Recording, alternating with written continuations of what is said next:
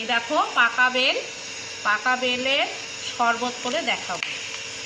এখন তো একটু গরম পড়ে গেছে, তো তোমরা দেখো শরবতটা কেমন করে বানাই।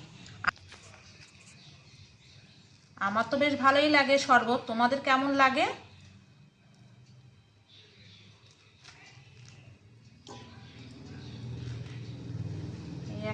এই বেলটাও ভালো।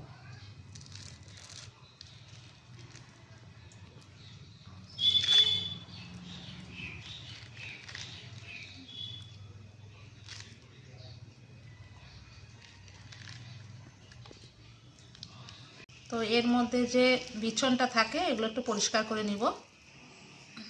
এখানে একটু জল দিচ্ছি।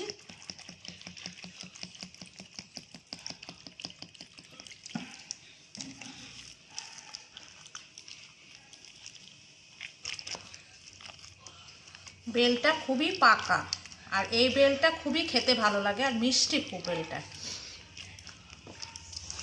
আমাদের বাড়ির পাশেই গাছ আছে, তো ওখান থেকে বেলগুলো পড়েছে ছাদের মধ্যে।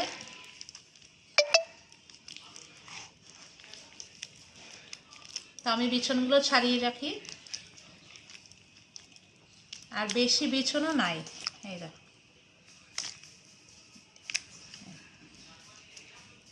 আমি বেলটা গুলে নিয়েছিলাম। তো এই দেখুন, এবার আমি একটু চিনি দিলাম। বেলটা যেহেতু খুবই মিষ্টি, অল্প একটুই চিনি দিলাম, আমরা একটু মিষ্টি কমই খাই।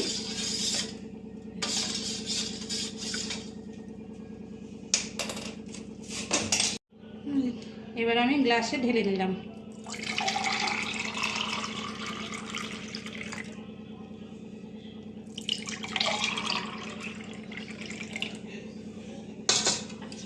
এবার একটু শরবতের মধ্যে বরফ দিয়ে দিলাম। এই যে,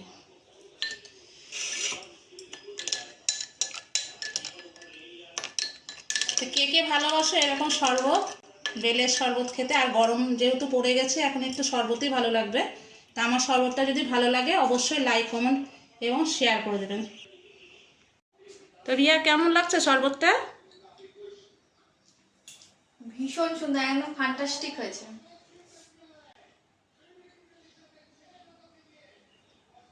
গরমের দিনে এটাই ভালো।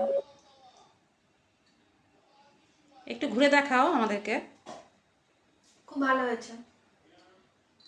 জাস্ট দারুণ। একটু দুপুরে বেরিয়েছিলাম, এক্ষুনি ঢুকলাম, আর বাইরে যা রোদের তাপ, তাতে এটা খুব দরকার। সেই হয়েছে।